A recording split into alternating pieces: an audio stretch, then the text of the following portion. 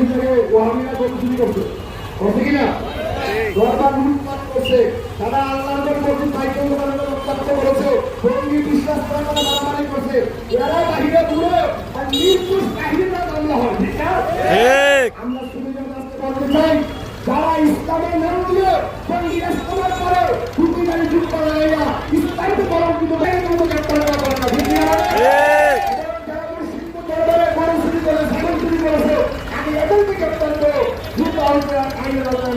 তারপরে কাহিনী দুষ করে কাহিনীর মামলা আমি মানতে চাই না এই পর্যায়ে বক্তব্য রাখতো বাংলাদেশ ইসলামিক ফ্রন্ট বন্ধ প্রধান শাখার সংগ্রামী সাধারণ সম্পাদক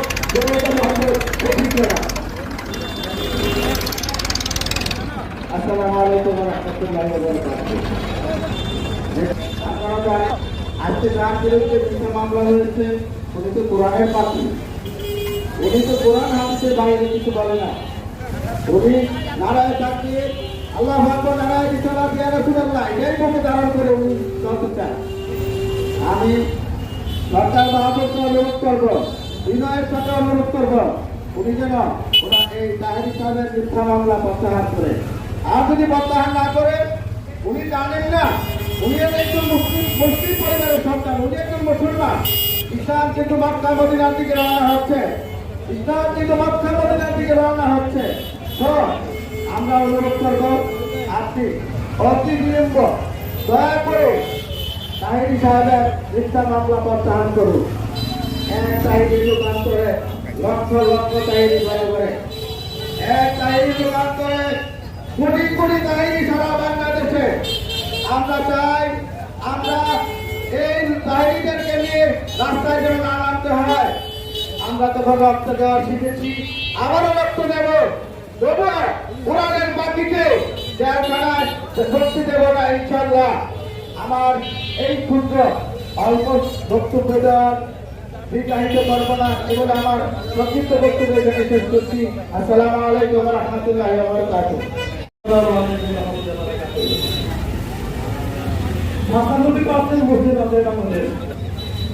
এখানে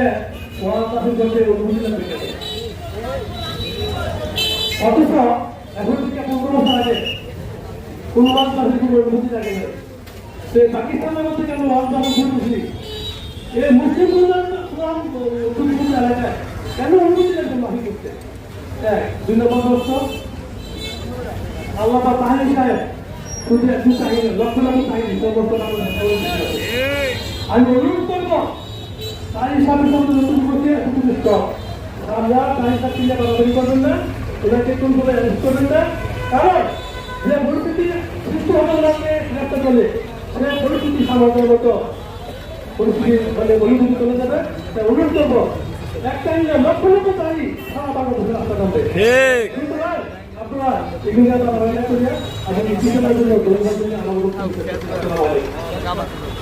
সম্মানিত উপস্থিতি, আগামী এখানে যে উদ্দেশ্যে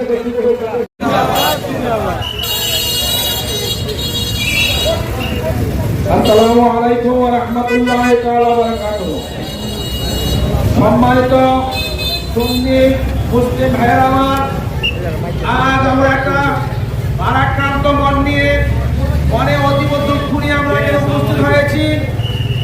আমাদের সারা বাংলাদেশের জনপ্রিয় সুন্নি বক্তা, যার বাংলাদেশের সুন্নিয়াতের কোনো বিকল্প নাই, এই সুন্নিয়াতের প্রিয় বক্তা আল্লামা গিয়াসউদ্দিন তাহেরিকে একটি মিথ্যা মামলায় জড়ানো হয়েছে। এই মামলাটি গত 2-3 দিন পূর্বে হয়েছে ব্রাহ্মণবাড়িয়ার একটা মাহফিলকে কেন্দ্র করে। আজকে আমরা অত্যন্ত দুঃখ মন নিয়ে বলতে চাই, তাহেরি শুধু ব্যক্তি তাহেরি নয়, তাহেরি বাংলাদেশের সুন্নিয়াতের একটি প্রতিষ্ঠান।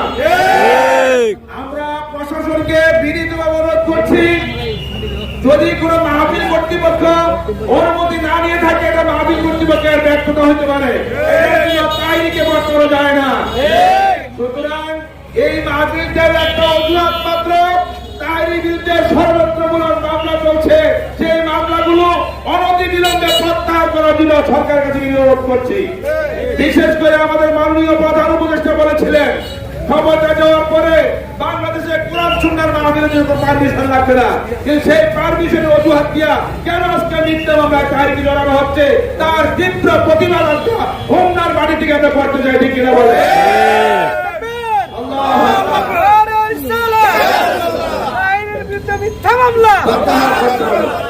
আপনারা মনে করেছেন তাহিরকে মামলা দিলে বাংলার সুন্নিয়াত ধরে বসে যাবে, এটা প্রকাশ সঙ্গে বাস করার সমান।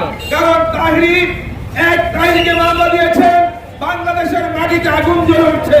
সুতরাং তাহির যদি কিছু হয় বাংলার জনগণ, বাংলার সুন্নি জনগণ আসবো ছাড়বে না। আমরা সারা বাংলাদেশে দেখতে পাচ্ছি রাস্তাঘাট শহর বন্দরে তাহিরের পক্ষে মিছিল মিটিং হচ্ছে, তার ধারাবাহিকতায় আমরা মিছিল করছি। সুতরাং প্রশাসনকে আবারও বলতে চাই, বাংলাদেশের মাটিতে আগুন না লাগিয়ে অতি দ্রুত তাহির সাহেবকে এই মামলা থেকে মুক্তি দিয়ে বাংলাদেশের সুন্নি জনতাকে ঠান্ডা করুন, অন্যথায় বাংলাদেশের মানুষ আর ঘরে বসে থাকবে না ইনশাআল্লাহ।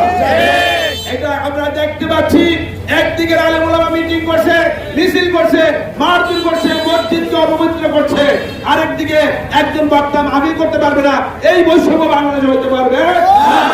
সুতরাং এই তো বৈষম্যহীনের জন্য আমরা রক্ত দিয়েছি, আন্দোলন করেছি, আমাদের ভাইয়েরা শহীদ হয়েছে, আমরা আর বাংলাদেশে কোনো বৈষম্য দেখতে চাই না। সুতরাং আমাদের প্রাণপ্রিয় সুন্নি বক্তা, আমাদের বাংলার 16 কোটি মানুষের সুন্নিয়তের প্রাণপ্রিয় বক্তা আল্লামা গিয়াসউদ্দিন তাহির এই ষড়যন্ত্রমূলক মিথ্যা মামলাকে প্রত্যাহার করে বাংলাদেশে শান্তি ফিরিয়ে আনার জন্য আমি বাংলাদেশের বর্তমান অন্তর্বর্তী সরকারের কাছে বিনীত অনুরোধ জানিয়ে আমি আমার বক্তব্য শেষ করছি। আল্লাহ হাফেজ। বাংলাদেশ জিন্দাবাদ। নারায়ে তাকবীর, আল্লাহু আকবার, নারায়ে রিসালাত, নারায়ে রিসালাত।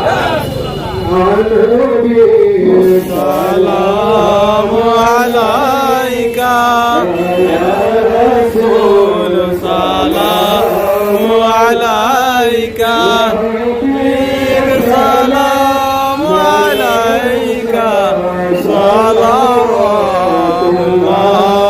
আলাইকা, মেরা কো সালাম সামনে বাজনে